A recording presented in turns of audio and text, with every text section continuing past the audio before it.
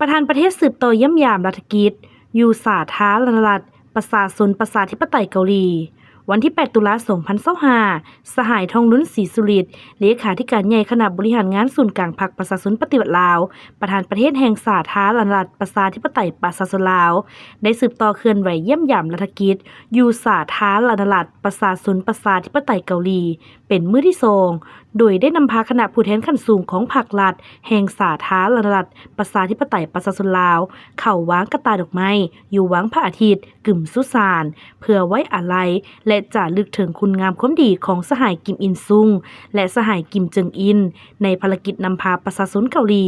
ต่อสู่กู้ชาติสร้างชาติและพัฒนาประเทศชาติสาธารณรัฐประชาชนประชาธิปไตยเกาหลีให้เข้มแข็งและเจริญก้าวหน้าในปัจจุบันสหายกิมอินซุงแม่นผู้นำที่ยิ่งใหญ่อมตะและถูกจารึกไว้ในความทรงจำของประชาชนเกาหลีไอ้น้องรุ่นหลังต่อมาในฐานะเป็นบิดาผู้ก่อตั้งสังคมนิยมเกาหลีเป็นผู้เบิกภารกิจความเป็นเอกราชและให้แสงสว่างสีน้ำของแนวคิดจุเซภายใต้การนำพาของสหายกิมเจิงอุนเลขาธิการใหญ่ของพรรคแรงงานเกาหลีประธานกิจการแห่งรัฐแห่งสาธารณรัฐประชาชนประชาธิปไตยเกาหลีในปัจจุบันสาธารณรัฐประชาชนประชาธิปไตยเกาหลีนับมือได้รับการพัฒนาให้เจริญก้าวหน้าและเข้มแข็งในทุกๆด้านพร้อมนี้สหายทองลุ้นศรีสุริตและคณะยังได้สืบต่อเยี่ยมยามและทัศนศึกษาอยู่โรงเรียนทฤษฎีก่อสร้างพนักงานศูนย์กลางพรรคแรงงานเกาหลีห้องวางแสดงอาวุธยุทโธปกรณ์ป้องกันประเทศและศูนย์วิจิตรกรรมมานซุนแดอีกด้วยในโอกาสนี้สหายทองลุ้นศรีสุริตและคณะได้รับฟังการรายงานเกี่ยวกับผลสำเร็จอันใหญ่หลวงในการก่อสร้างพรรคและพลังงานการนำของพรรคแรงงานเกาหลีให้มีความเข้มแข็งรอบด้านประกอบส่วนเข้าในการพัฒนาและสร้างสาประเทศสาธารณรัฐประชาชนประชาธิปไตยเกาหลีให้มีความเจริญรุ่งเรืองตามเส้นทางสังคมนิยมโดยมีสหายประธานกิมอินซุงผู้นำที่ยิ่งใหญ่และอมตะและประชาชนเกาหลีเป็นผู้ก่อตั้งขึ้นในปี